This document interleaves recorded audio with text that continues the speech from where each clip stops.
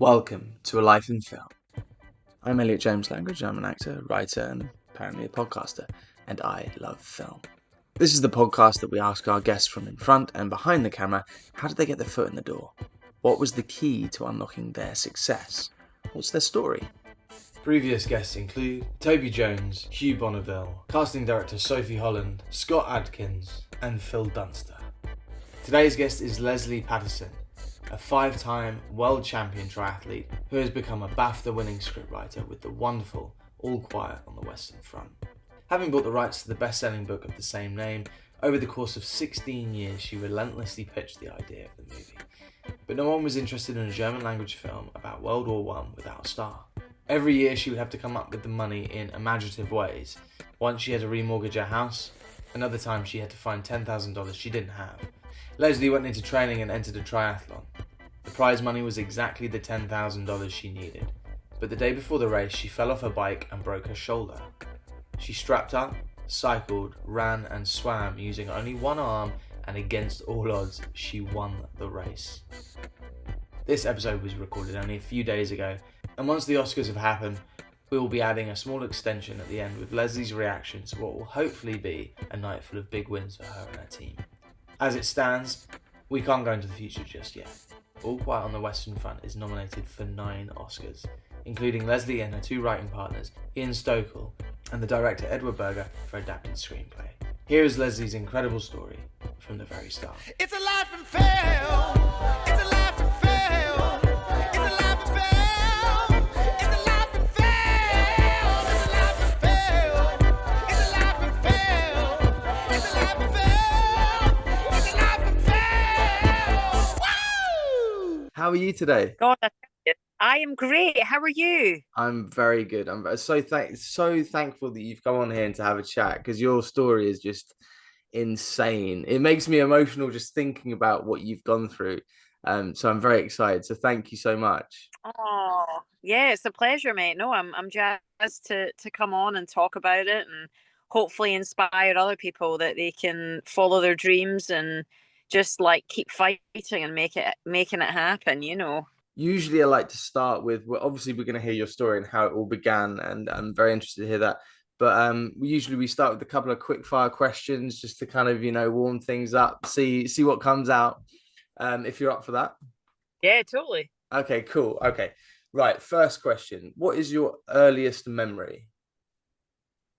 Oh my gosh. That's a hard one. It is straight off the bat. Oh my God.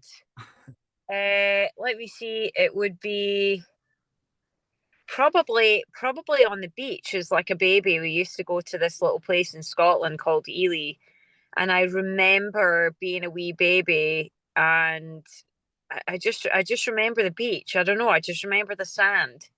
I don't know. How old do you reckon you were at that time?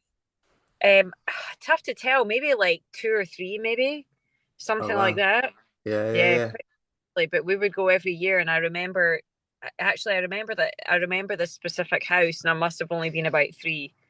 So yeah. Wow. So hardest thing about what you do, and this is a hard question because obviously you've been a triathlete, you're a producer, you're a writer, you were an actor, all these things. But what's the hardest thing of what you do? Any of those things? Probably the hardest thing is having such a deep passion and love of film and very rarely being able to actually do it, because it takes so long to get anything going. I mean, obviously this film, as we'll find out, I mean, as most people know, took us 16 years, but even getting any smaller film off the ground, you know, I think one of my biggest passions is that collaboration, that energy that comes from being on set. And until you're sort of maybe one of those producers or writers that's often going and really got a lot on the go, and things are getting funded quickly, and, you know, you've got back-to-back films, then it's like, you know, friggin' trying to get something going is brutal. So I miss that sense of community that comes from being on a set. Yeah, that's one of those things that people that are in the industry, no matter if they're behind the camera, in front of the camera, it's just it's one of those things you have to get used to. It's a very slow kind of burn trying to get those jobs, or trying to get a script off the ground is like, I'm still trying to figure it out. So I'm going to be picking your brain about that later. Yeah. This question probably connects slightly to this, what you've just said there. What was the last thing that made you cry? Oh gosh. I tend to rewatch films a lot or TV series a lot when I like them, because Mm, I feel like there's not that much great content out there, ironically. There's a lot, but nothing that really excites me. And so I ended up watching Mayor of Easttown again. And that last episode when she has to go and get the son from her best friend, oh my God. That's it for me. Yeah, I was I haven't crying at that. seen it yet, so Oh I shit. no, it's I was fine. talking. I won't remember. I got a memory like a fish. It's all right. Spoiler alert. Yeah, yeah, yeah. So watch it I'll because watch it. A lot of people it's said it's artistry. amazing.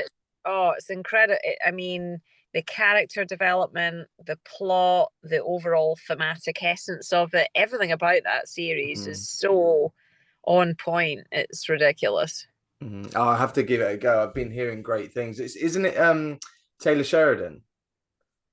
Is that no? That's his new one. That is Mayor of Westtown. Uh, Or yeah, yeah, but okay. Very similar Kate, title. yeah, Kate Winslet's one that Yes. came out on Okay, I'm HBO. on board now. Yeah. I need to Yeah, see both of them though. They both look great.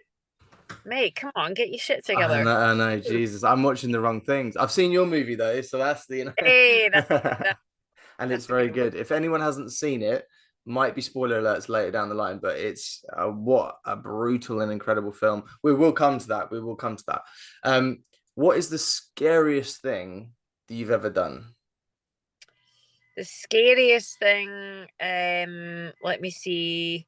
Probably the scariest thing is starting on the start line of a world championship where you're kind of touted to win. Mm. It literally it feels like you're going over the top, sort of thing almost. That sounds trite to say that because you're just doing a race, but certainly the World Championships in Xterra, which is a type of racing that I've focused on all off road. Our World Championships was held in Maui for the last 25 years. And you got big waves and it's like super intense. So yeah, that's very scary. I mean, it just blows my mind. We can obviously get to it now, like your story and the fact that you've gone from being. And if I get any of this information wrong, please do tell me that I've got it wrong. But like three-time world champion triathlete, and then now writing a film and it taking 16 years to get made.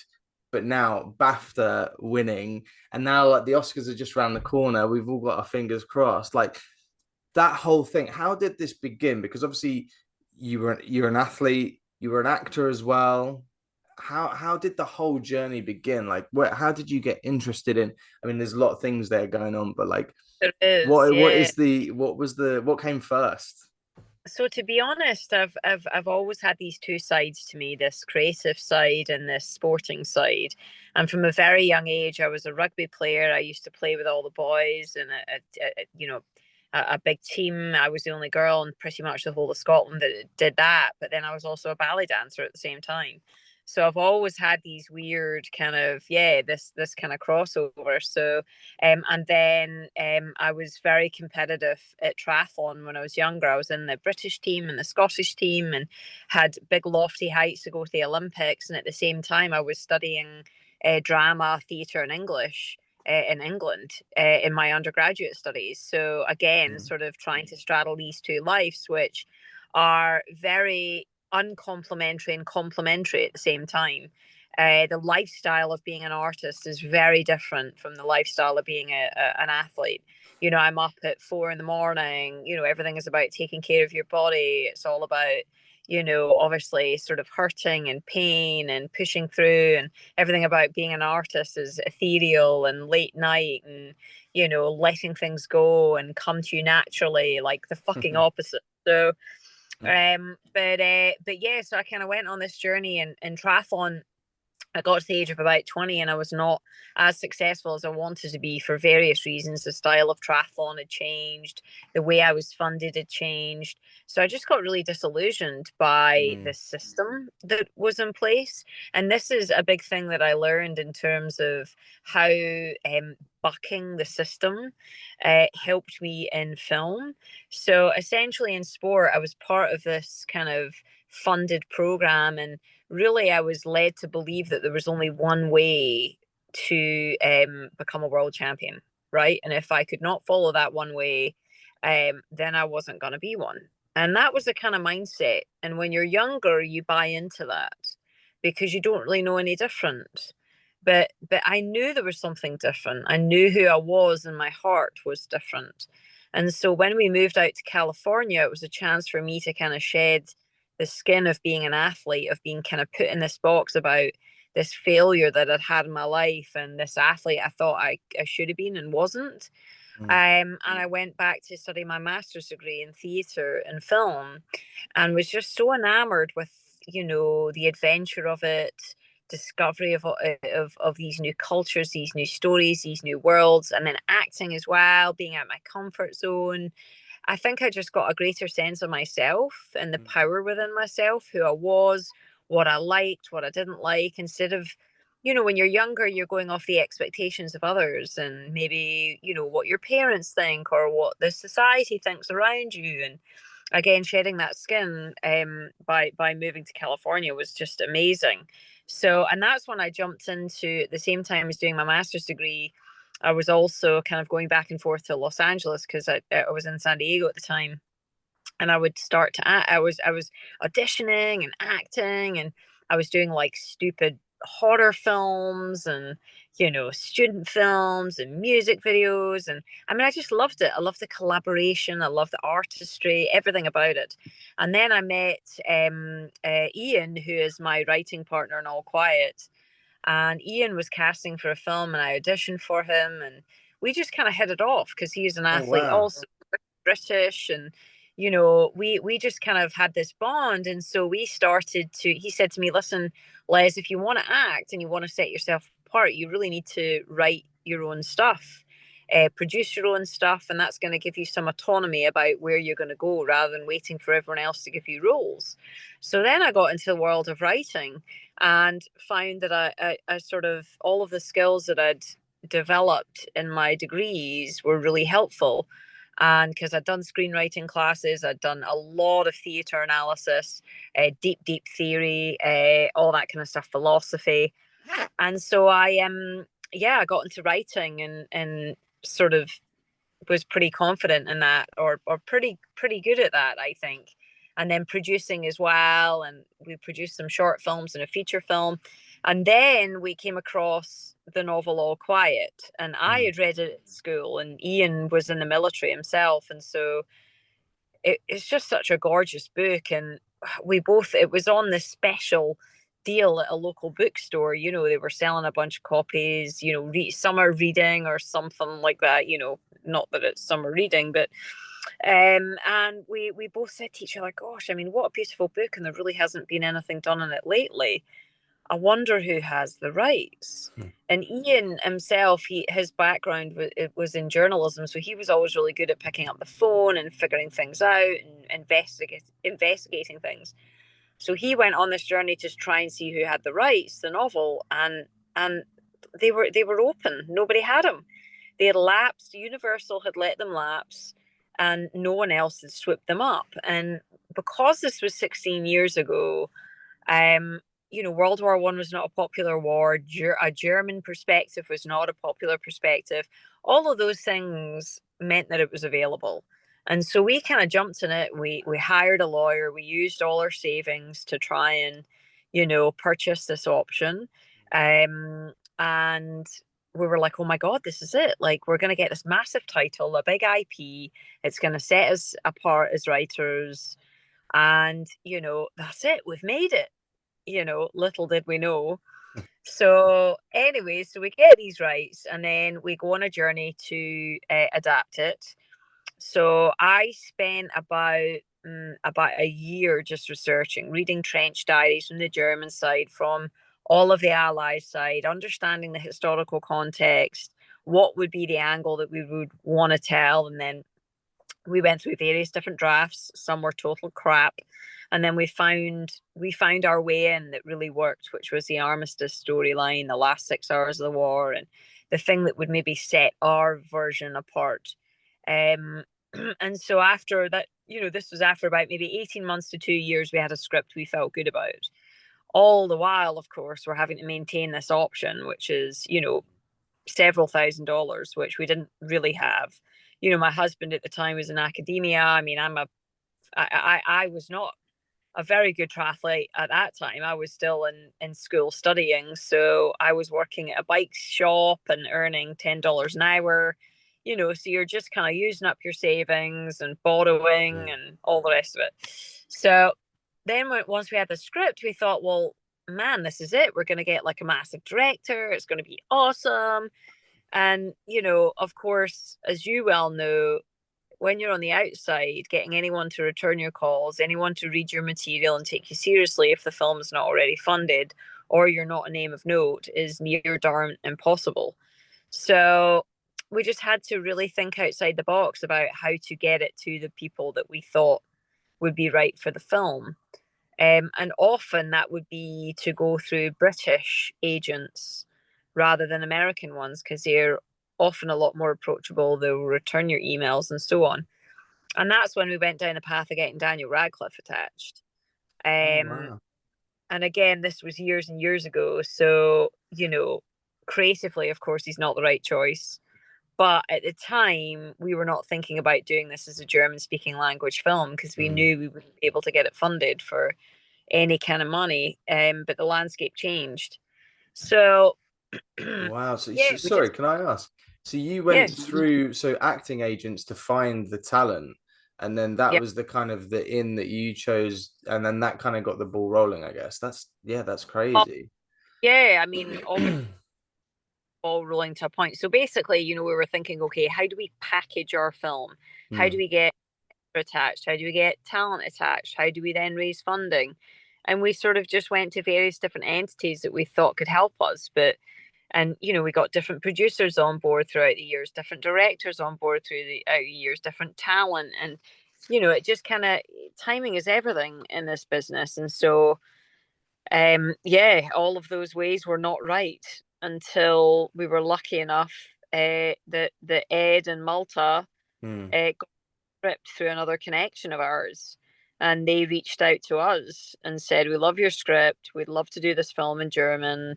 This is my vision. What do you think? And, it Wow. was like music to our ears. So I guess my point is that you go through many different iterations, learning along the way, and kind of always trying to sort of think outside the box about how to get it done. And Hmm. then, hopefully there's a lot of luck involved. You get it to the right people at the right time, and that's where we ended up. Mm-mm. Oh wow, it's that's a crazy thing about I've had several producers and various people on this podcast and asking them and every single person has they admit that it's virtually impossible and especially for an outsider, as you say, like if you're not a person that's already known for making a film or writing or whatever it is, it's so hard. So you obviously, it sounds like you tried so many different ways, and then until one thing worked, it was right time, right place. In terms of the story that's obviously going around about you having to go back to being a triathlete to make the money to keep the book option. um, can you speak about that in detail? Because Oh my God. that's just an insane. I mean, that's a film in itself. No, I know everyone keeps saying I've been approached by a few people actually that might want to do some Oh, documentary really? on it, which is pretty funny. Yeah. Um, yeah, so while we were doing all of this, I had actually found the sport of off-road triathlon, which I really loved and ended up being quite good at it. So I was doing quite well in those circles. And what would happen would be is you'd go to a race and you could get a decent amount of money. I'm talking between $5,000 and $10,000 if you Mm, won the race.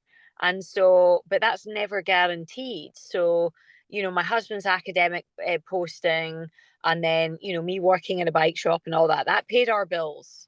But the extra money to get this option was something every year. We're like, how are we going to come up with this? Sometimes it was $10,000, sometimes it was like 15. We're like, where do you find that kind of money? Well, we just had to rely on my race earnings, because that was almost like money you can't guarantee. But if I'm going, wow, you might get lucky. And so one of the years specifically, which is the big story that's going about town, it was completely wild. We went out to this race in Costa Rica, and we spent all our money getting there in the hopes that I would do well, to pay for the option, because it was coming up. We're like, how are we going to pay for it? Right, we can go to this race. Great, okay, right. So the day before the race, when you're doing off-road triathlon, you do what's called reconning a race. So you'll check out the bike course to know, what's the technical descents, is there a rock here on your right, which path is best, all that kind of stuff, just like a Formula One driver will practice and all that. So I was practicing on the course, and I fell off and I broke my shoulder, and I didn't know that I'd broken it. I just knew I couldn't move it, and it was agony. So I was completely distraught, and I came back that night, and I spoke to my husband, and I spoke to my physio back home, and I showed him what I could and couldn't do, and I couldn't get my brow off, I couldn't put my hair up, and I was like, oh my God, I can't even use my arm. So we practiced on the bike, and I could kind of prop my hand up, and we were like, okay, so I could get off and walk anything that's technical or downhill, but I could probably prop my hand and really use the other arm to steer.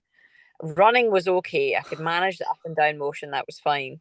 But swimming was impossible. I mean, I couldn't lift my arm up at all. But because in swimming, to get better, you do a lot of drills in swimming for your technique.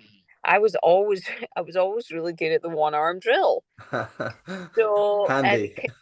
which is kind of handy. So my husband Simon, he's like, well, listen, I know this sounds silly, but why don't you give it a go?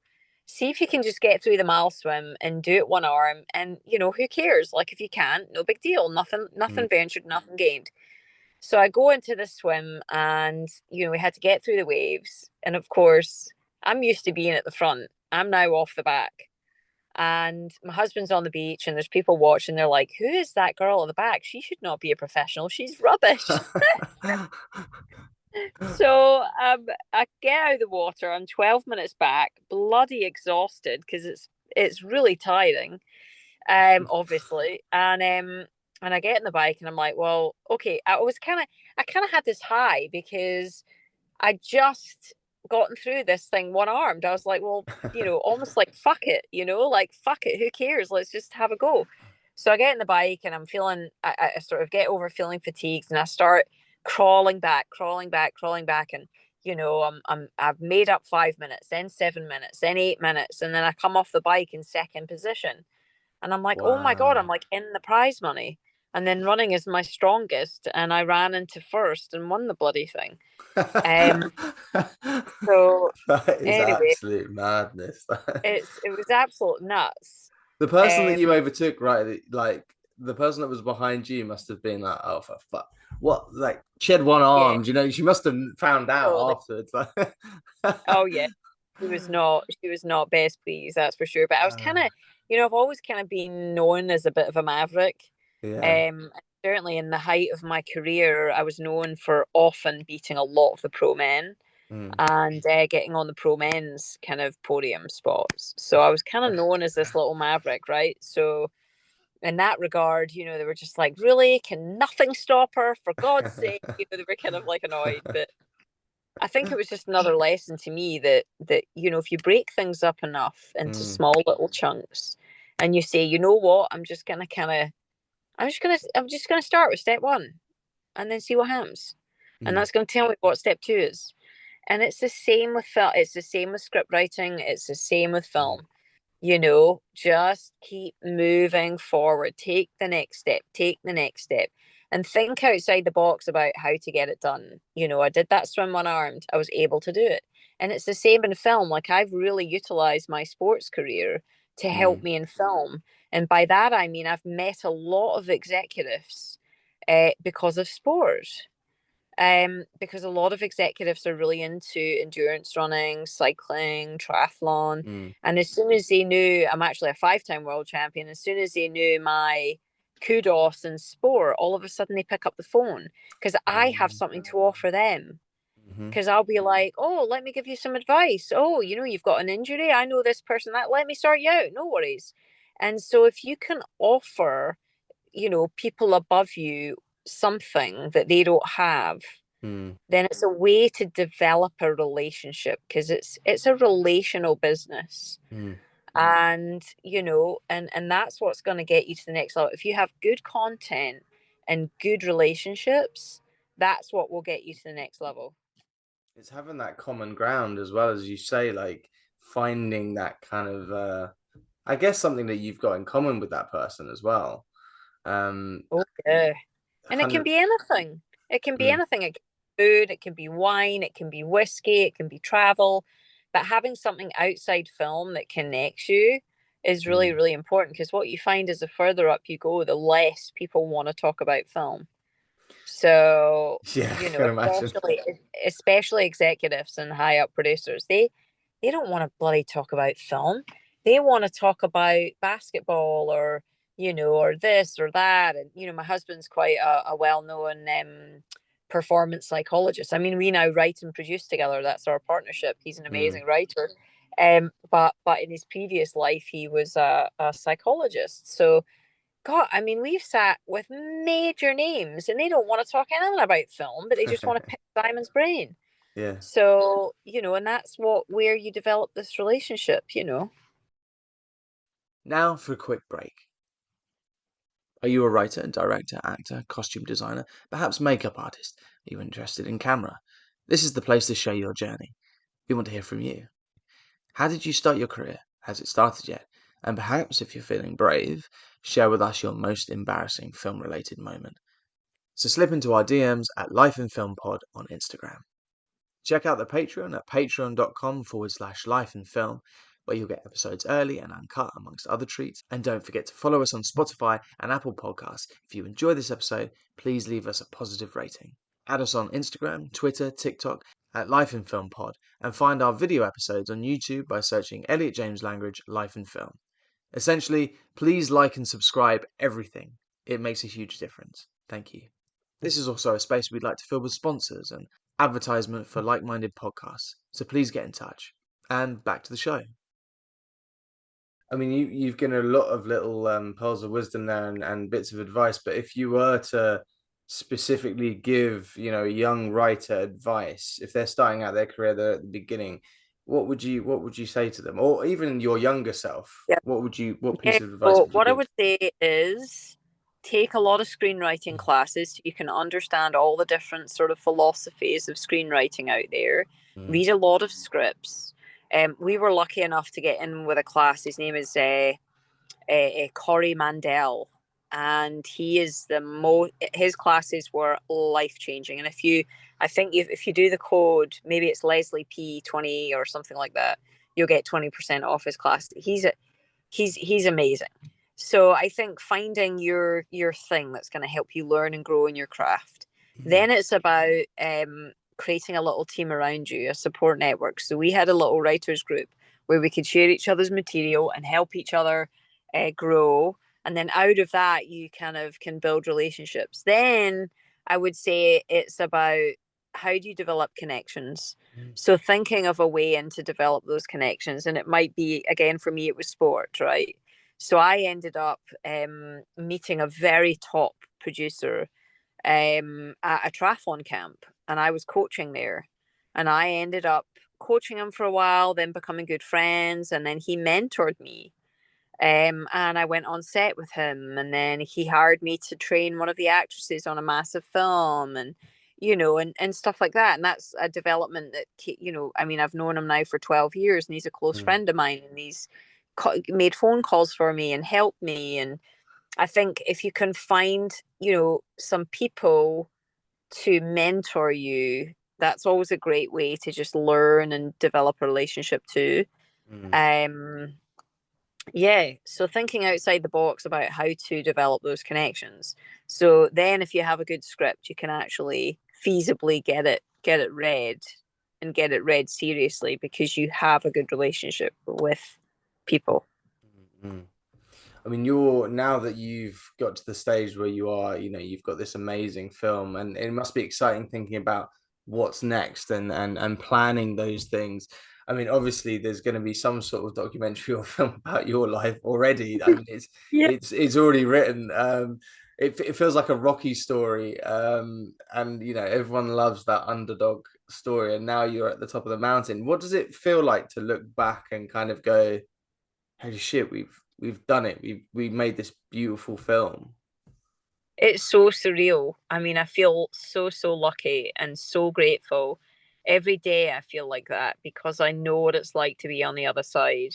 Mm, And I know that I've had a door opened that is going to allow me to do the things I want to do, right? And that does not go unnoticed. And I think for me now, I really want to take my friends with me. So our biggest dream is to create a production company and really sort of mm. team up with great people and then try and help our friends out any way that we can, knowing what little fucking help I got along the way. I want, because I don't want to be like that. Because I know how Mm, hard it is and I know how talented other people are. And if mm, we can kind of have a little funnel to help folks, that would be awesome. Um, so yeah, it's like this weird thing where you're still sort of in your past life, but then all of a sudden you've been propelled into this other world where you're hanging out with the biggest names in the business going, what the fuck? Like, you know, um, yeah, so it's bizarre if I'm honest. It's it totally bizarre. it's so good to see though, because it kind of feels like it's like seeing yourself there, when you hear your story and you think, wow, like you've really worked hard over these years to get to where you are. And it's kind of, it makes it feel like it's reachable to like Totally. people listening to this, people watching the BAFTAs, people watching the Oscars, and that's what's so great about this story. I have to ask as well. Obviously, the film is a German-speaking film. Yeah. I presume, how did you write it in English, and then Yeah. what was the process? Yeah, so we obviously wrote it in English and then we were pitching it for a long time as an English speaking with German accents because Mm, we just could not get it off the ground, as a foreign film with that kind of budget for a war film as well. mm, And really, things changed when Parasite won for Best Picture and Best Foreign. yeah. 1917 came along with Sam Mendes, and then Netflix, Amazon, all those guys just came in to the fray and changed the whole landscape of the Mm, appetite for foreign film.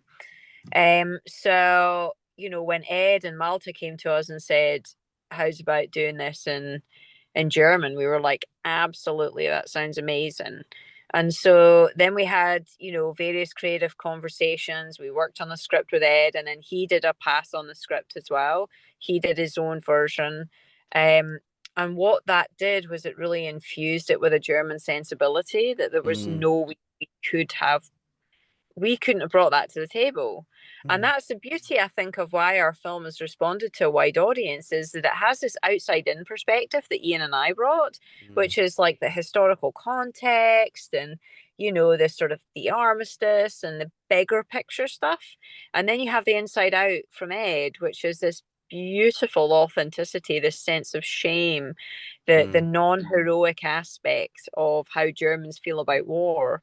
And we both have learned a shit ton because of that, and that's been amazing to be part of this learning curve. mm. Yeah, so that and then obviously he did translations with another translator as well, and took his English version, and that was all actually pretty easy. So yeah, I think it's actually been quite a seamless transition, to be honest. Mm.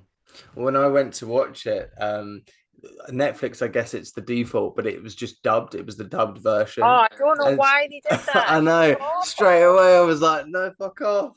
And I had to It's put and I'm awful. dyslexic, so I struggle to follow Re- subtitles. But with a film like that, I feel like you're so much more absorbed in it when you're reading it, and you feel that Yeah. obviously hearing the real German accent, the voices. But I just think that's so funny, isn't it?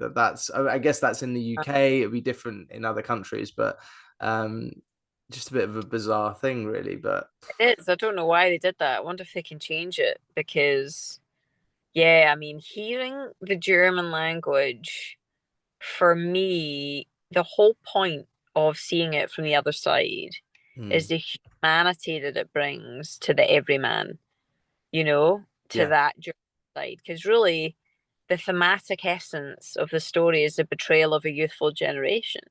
And mm, that doesn't matter whether that's of the German young men, whether it's of the British young men or the French young men. I think we can all relate to that thematically. Yeah, totally fascinating. it's one of those movies as well. I watched it with my girlfriend, and she was the whole way through it. She was like, "Oh," like this because there's so many tense moments, and it's so brutal.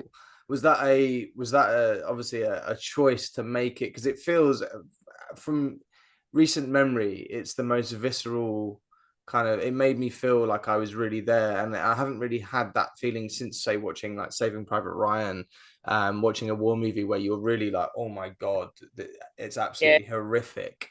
Just the little details as well. Was that something obviously you wanted to make it as yeah, kind of believable yeah. and as real as possible? Yeah, and the book is incredibly brutal. Mm, So we wanted to translate that sense of absolute destruction, because that's what that war was, mm. and how these men are just stripped of every piece of humanity that they have left. And I think the way that Ed and James, our cinematographer, I mean, phenomenal. Yeah, it Um, looks insane.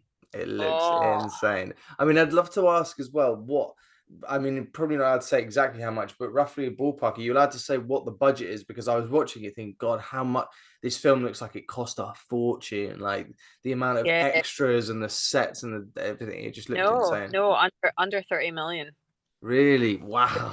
Amazing, which goes to show you what you can Yeah. do, right? And it was shot in Eastern Europe, Hmm. so it really is impressive that that can be Wow. done. And it goes to show you don't need to spend an No, insane. no. That's impressive. I did a film a couple of years back, which came out on Netflix actually the year before yours did, and it was set in the trenches. It was called The War Below. But this was a film I remember when I got the audition and they said roughly like it was going to be low budget. And once I got closer to the part, they were like, "Well, yeah, we're going to do it for under 1 million." And I remember thinking, like, how are you going to do a war film for the like For how's under that going to work, bucks. how's it going to look, is it going to just be not worth doing? And actually the director is incredible, but his background was in visual effects, so he Oh, essentially he spent like a year after we shot the movie doing all the visual effects himself by hand, like just doing it wow. all. And so if you ever get around to watching it, it's nowhere Yeah, near as good as it's your called movie. War Beneath, The War the Below. War Below. Great. Yeah, um I'll check that out. That's and awesome. he did all the effects himself, and it is like obviously a lot smaller budget than your movie, but it just shows you that if you've got the right people doing the budgeting, like your movie, I can't believe it was under 30 million. Like it looks such big budget. um and it just, there's no part of it where you don't believe it as well. It's totally immerses you and you just think you're there kind of thing. And they're much bigger budget movies. I'm sure things like Fury were probably a bigger budget, but this was so much more believable, um, and just kind of raw, you know? That's it, isn't it? And I think, yeah, I really think that uh you can do so much more than what we're led to believe. Mhm. And things just get blown up and blown out in terms of the budget for no real reason. Mm. Um, Well, yeah, the budget was on the screen. I think that's the difference with some films where you're like, where did some of that money go? It went in someone's pocket, or it went, someone went and spent a load of money on something ridiculous. Whereas your film, I was watching and thinking, I don't know what the budget is on this, but it looks like every penny has been thrown at the screen. Visually, just incredible.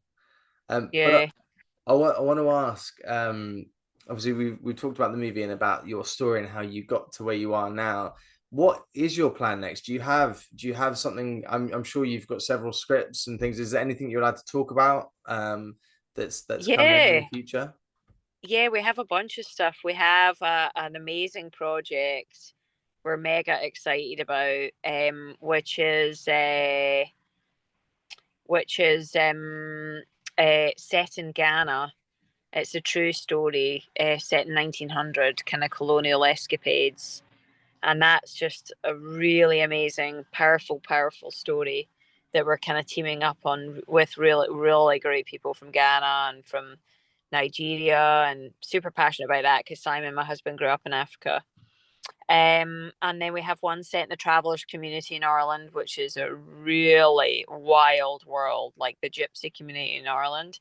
And it's a gorgeous story about, father-daughter story sort of thing, unconditional versus conditional love, and then set in this world, which is super gritty. It's a little bit like The Fighter or Warrior or one of those kind Amazing. of films. Mm, Then we have a psychological thriller we're shooting in Scotland, hopefully the end of this year. So we have like a bunch of various wow. different TV shows and stuff like that we're developing. So lots going on. It's just like trying to keep streamlined, and we've got taken lots of meetings at the moment, and getting commissioned work as well as pushing our own projects. And Yeah. yeah, so it's like there's a lot of great stuff. It's just trying to manage it, and making sure that we're heading down the right path and teaming up with the right people. Amazing. I'm gonna let you go soon. I've just got a few more questions because I know you're probably very, very busy. But I want to wish you all the best with the Oscars. I really think you're gonna like clean house. It's amazing what you've done, and I really admire it. And genuinely, this is like a real honor for me to get to talk to you. I'm going to try and Oh, sap every bit of information you've said. I'm going to that's listen to it over and over right. again, try and figure out how I can do what Yeah, you've done. that's Yeah. it. Reach out anytime, and I'm always good for another chat. So fingers crossed we do well at the Oscars, and people, Uh, oh yeah, have. I really hope so. God, I know it's so nerve wracking. I can't even tell you. So I'm like, oh my God. But you got to Hopefully, think, even though no matter what happens, and I'm sure you will clean house. But if you look at the original movie, the 1930 movie, your yeah, film has already won more awards at the yeah. BAFTAs and everything else. So you've already excelled yourself. So whatever happens, it's incredible. But I'm sure you'll clean house. I always like to ask our guests what their most embarrassing moment is. If you've got one that you'd like to share, it kind of, I don't think I need to humanize you to the audience because you've already, your story of breaking your shoulder, everything else, I think it does Yeah. that already. But do you have a story that you'd be willing to share? Most embarrassing moments, yeah. Oh my God. Well, probably one of the funniest moments is when this is kind of gross, but I actually had to put my pants in order to win a race. So that's pretty That's not what amusing. I thought you were going So, to say.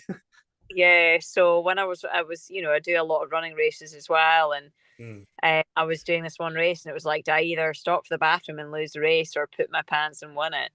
And so, wow, I ended up winning the race. So I won't say any more, but I literally ran through the finish line and the finishing tape straight to the bathroom.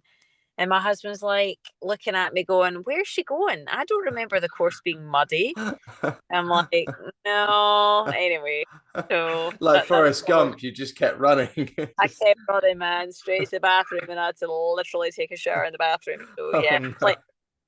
plenty of stories like that. That's for sure. That's amazing. And one more thing, obviously being an actress, do you know the game 6 Degrees of Kevin Bacon?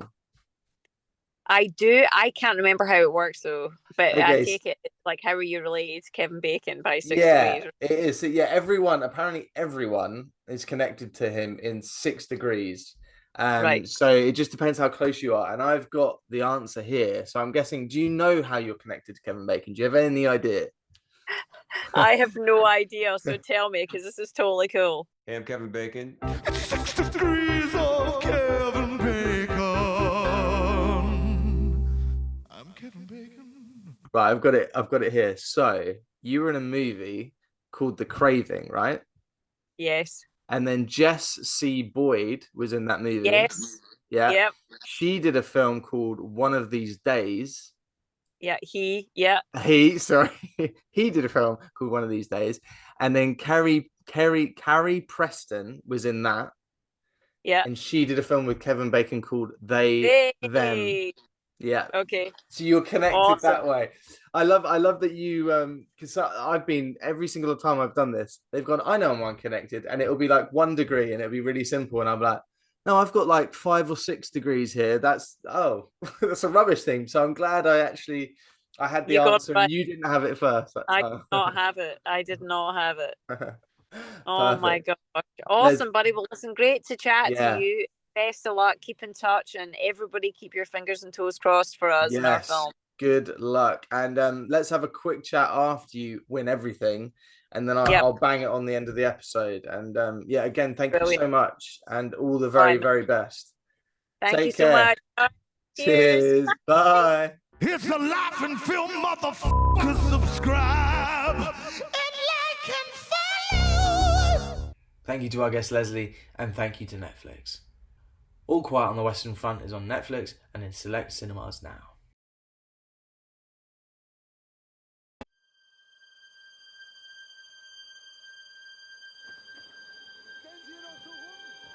Diesen Roman muss man aus Deutschland heraus verfilmen und mich hat es fast gewundert, dass es noch nie gemacht wurde. Das ist einfach Weltliteratur, das ist der Antikriegsroman schlechthin, den die ganze Welt kennt, das meist gelesene deutsche Buch. From all the filmmakers involved in every department, I think we've all done each other proud.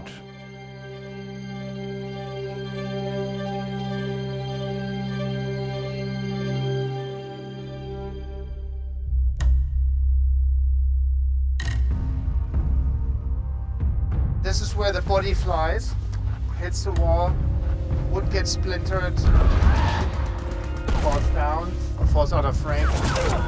So the shot continues though. Let's climb up. Panning action here with the guy getting shot and then going behind him and running with him. Guys hit me with the flame and I basically go weiter, weiter. Das große Geheimnis einfach ist, ein tolles Team zu haben. Und ich hatte das Glück, ein wahnsinnig gutes Team zu bekommen. James Friend als Kameramann, Lizzie Christel, Christian Goldberg, Heike Merker. Ich glaube, es gibt keine besseren Heads of Departments. Ed and I knew at the very beginning that we had to be extremely organised. We decided to sort of storyboard very key scenes of the film and shotlist them at least, just so we knew that we could go in with a plan. Wie wir den Film überhaupt drehen wollten, wie wir das technisch einfangen wollen, auch Szenen, vor denen ich wirklich Angst hatte, weil ich nicht wusste, schaffen wir das überhaupt? Sind die überhaupt drehbar, so wie wir uns das ausgedacht haben? Als wir angefangen haben zu überlegen, wo setzen wir die Produktion auf, was ist sozusagen der richtige Ort, haben wir uns natürlich verschiedene Möglichkeiten angeguckt. Wir haben in Tschechien erstmal danach gesucht, wo denn zerstörte Hausstrukturen, zerstörte Hofstrukturen existierten, die wir von der Architektur so umbauen konnten und so umentwerfen konnten, dass daraus das zerstörte Hinterland in Frankreich entsteht. Man muss bei Filmen immer wahnsinnig viel im Minibus rumfahren, um Motive anzugucken. Das kann unheimlich ermüdend sein. Und Christian hat die so gut ausgewählt, dass man eigentlich immer beim ersten dachte, oh Mensch, das ist aber eigentlich schon perfekt. Wir haben einen militärischen Übungsplatz und einen Flugplatz gefunden, eine Dreiviertelstunde nördlich von Prag, und haben da zwischen 2 Landebahnen unser Schlachtfeld aufbauen können.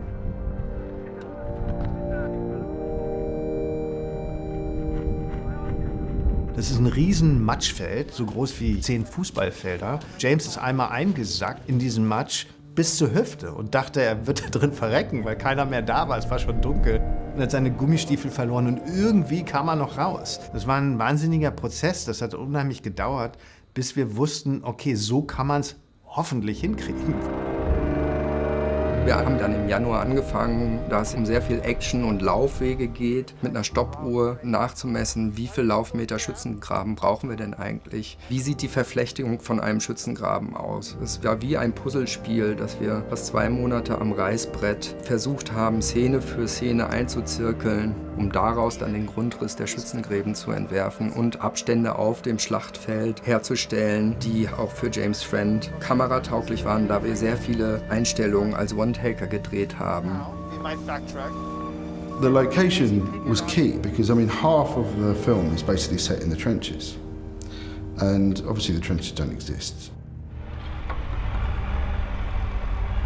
Nach der exzessiven Planung haben wir dann angefangen zu graben und hatten insgesamt 250 Laufmeter Schützengraben und 3 Fußballfelder an Schlachtfeld.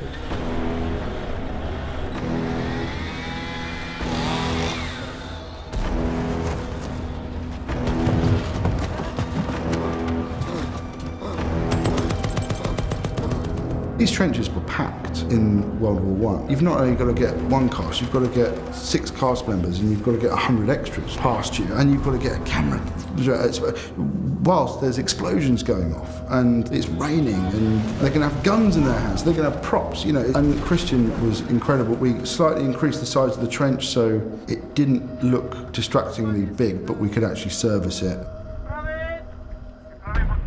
They built one of the most beautiful sets to work in I've ever had the pleasure of photographing.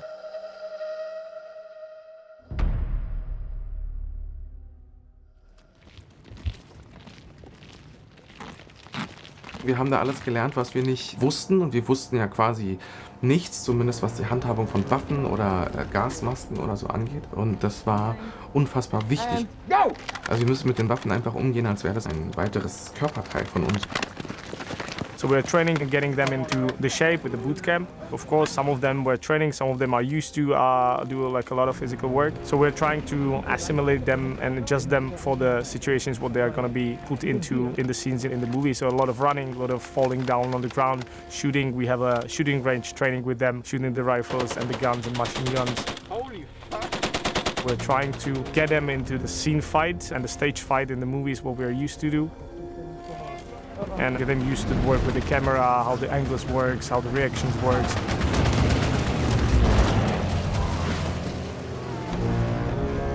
The very big and huge part of the training is stability training for the ankles and the knees, because running in the muddy trenches is going to be a huge part of a lot of scenes. Es war gut, dass wir dieses Bootcamp hatten, einfach um sich so ein bisschen vorzubereiten auf sich hinfallen, was einem dann irgendwann auch nichts mehr bringt, wenn man knietief im Schlamm steht. Einfach so eine Basis im Kopf zu kriegen, was einen vielleicht erwarten könnte, auch mit den ganzen Stunts und so, wenn dann Sachen um einen herum in die Luft fliegen.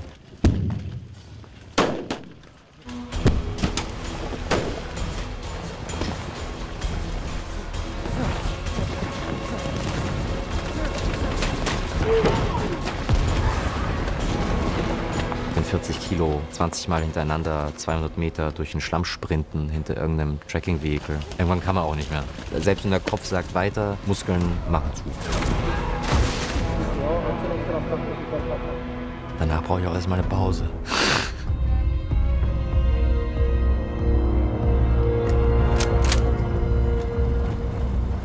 Das war ziemlich spannend zu sehen, wie sich auch das Verhältnis zu diesen Waffen dann plötzlich ändert. Sobald man dann im Kostüm ist, macht man da keinen Unsinn mehr mit. Und wenn man dann 15 Kilo schwerer ist, weil man schon so ein 8 Kilo Gewehr in der Hand hat und diesen schweren Gürtel um, schwere Stiefel, die sich eventuell noch vollsaugen könnten mit Wasser oder volllaufen von oben, eine nasse Hose, die dann auch mal so 4-5 Kilo wiegt. Und man checkt, ich spiele jetzt eigentlich gar nicht so viel, weil ich laufe ja wirklich da lang und da sind ja wirklich Stuntmen, die vor mir in den Matsch fliegen und ich springe wirklich drüber und dann gibt es da wirklich eine Explosion und da reagiere ich wirklich drauf. Das waren für mich so die allerheftigsten Momente.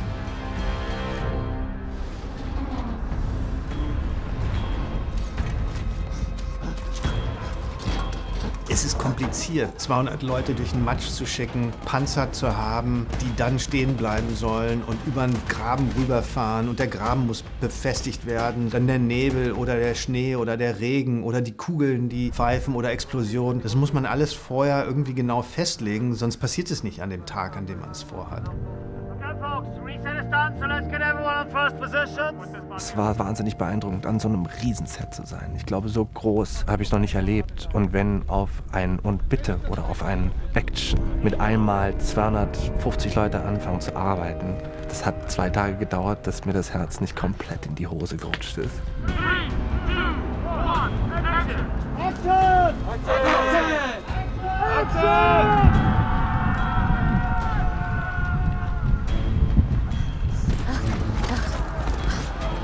Every department went through the mill. You knew when you were out on the battlefield, the special effects team would have infinite explosions and smoke like you wouldn't believe. And the assistant directing department would also have, hundreds of extras that would all have to be costumed and made up. There wasn't an easy day, if that makes sense. Do you know what I mean? But it was so rewarding. Cut, cut, cut! Meine, guck dir das an. Ich komme vom Theater und ich kenne das hier ganz sicher nicht. Das ist eine ganz andere Welt. Auch wie immersiv das plötzlich wird für einen selber. Was uns jetzt noch von einem Waffenstillstand trennt, ist nur noch falscher Stolz. Gerade der Erste Weltkrieg, der unfassbar barbarisch war, wird sehr pur und radikal und brutal in dieser Geschichte verhandelt und auch in dem Film sichtbar sein. Beim Drehbuchlesen stellt man sich ja manchmal einfach schon vor, wie das aussehen mag. Und dann kommst du da an und deine Vorstellung wird einfach um das 10-fache übertroffen. Zwischendurch gibt es dann schon immer wieder Momente, wo es einen richtig umhaut. Die Größe, die Massen an Menschen, die arbeiten an dem Projekt, die Sets, die Aufbauten, die Szenenbilder. Da gibt es immer wieder Momente, wo man so denkt, wow.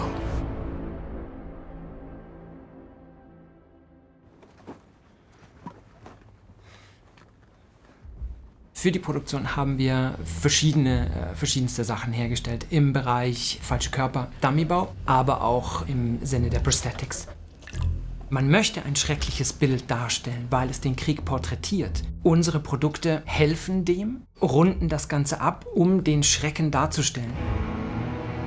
Es gab einen Körper, der in einem Baum hing, hineingesprengt in großer Höhe.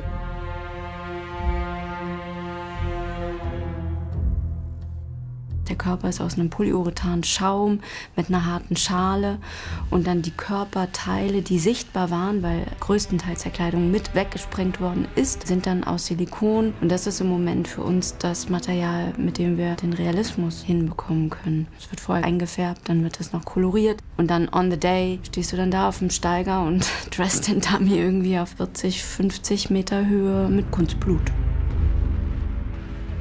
Die Zusammenarbeit mit der Kostümabteilung, neben Maske natürlich, ist ganz, ganz toll für mich gewesen. Dass man da so eine Liebe zum Detail erfahren hat und dann gemeinsam dieses Wunderwerk Mensch irgendwie nachbauen kann.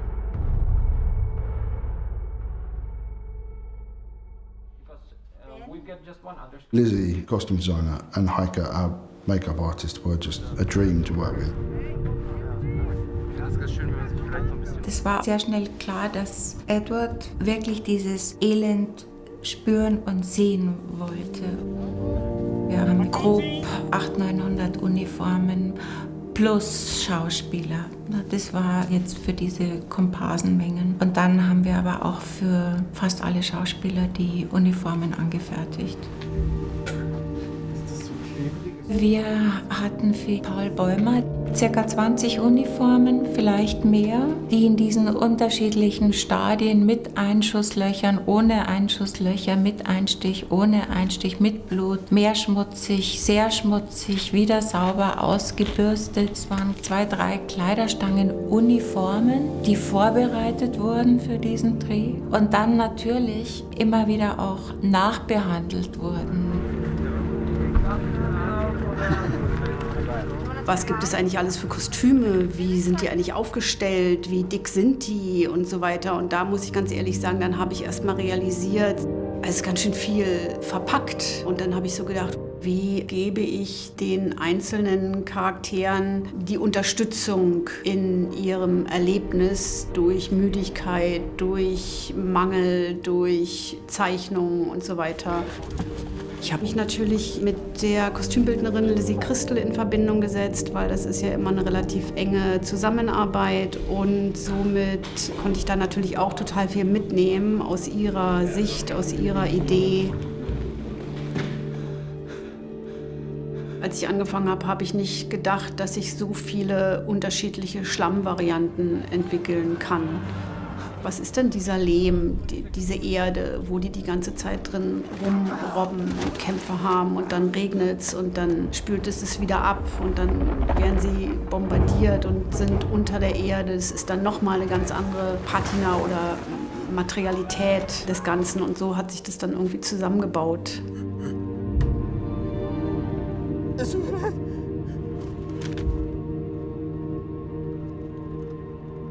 Oh.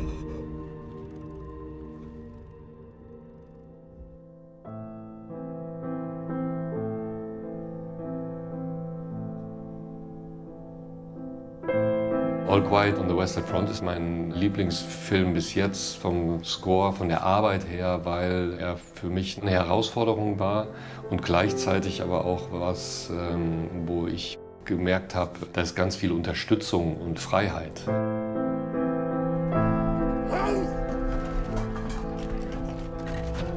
Die Filmmusik hat was sehr Archaisches, weil sie sehr minimale Elemente hat, die sehr, sehr schnell einem ins Gehör gehen. Der Score hat aber auch was Anmutiges, was Klares in der Thematik, was auch in dem Einsatz im Film damit zusammenhängt. Er hat das ganze Spektrum von Dunkelheit und Helligkeit. Ich habe einen Lieblingstrack und der heißt Remains. Die Musik zu dem Teil, wo die Soldaten ihre Uniformen ausgeliefert bekommen und sie anziehen und euphorisch losziehen und singend sozusagen an die Front ziehen. Die Musik, die repräsentiert eigentlich ganz viel von dem Film. Die hat das Hauptthema, aber sie hat auch so eine gewisse abwartende Haltung. Es ist ein sehr schönes Stück.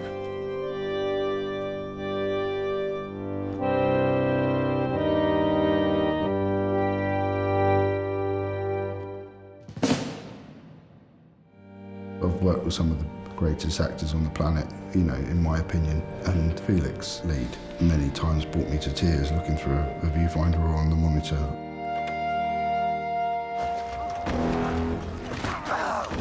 Es war körperlich wahnsinnig anstrengend, emotional wahnsinnig anstrengend für ihn. Es ist wirklich bewundernswert, was Felix hier spielt. Wo ist das Lazarett? Wir haben direkt einen Zugang zueinander gefunden. Das ist sein erstes großes Ding und es ist absolut bemerkenswert, wie neugierig, fast schon furchtlos er sich hier in alles reinschmeißt. Plötzlich wird dir so viel Vertrauen entgegengebracht in dich und in deine Arbeit. Und dieses Vertrauen bringt dich einfach dazu, Dinge zu fabrizieren, von denen du dir es nie hättest träumen lassen können. Und dann sagt dir Edward, du, so wie du es machst, ist am besten. Uns war sofort klar, dass er ein wahnsinniges Talent ist. Die Schlachtszenen waren die schwierigste Aufgabe. Dass wir das geschafft haben, ist irgendwie toll. Und die gucke ich mir auch immer wieder gerne an. Und die sind, glaube ich, abwechslungsreich genug, dass man immer mal wieder auch eine tonliche oder tonale Abwechslung bekommt. What Netflix gave us is the ability to tell this story with justice and gave us the resources to tell a very big but very personal story at the same time. Hey, Salut! Ein Film in dieser Größenordnung mit deutschen Darstellern, mit einem fantastischen deutschen Regisseur, das ist einfach ein großartiges Geschenk.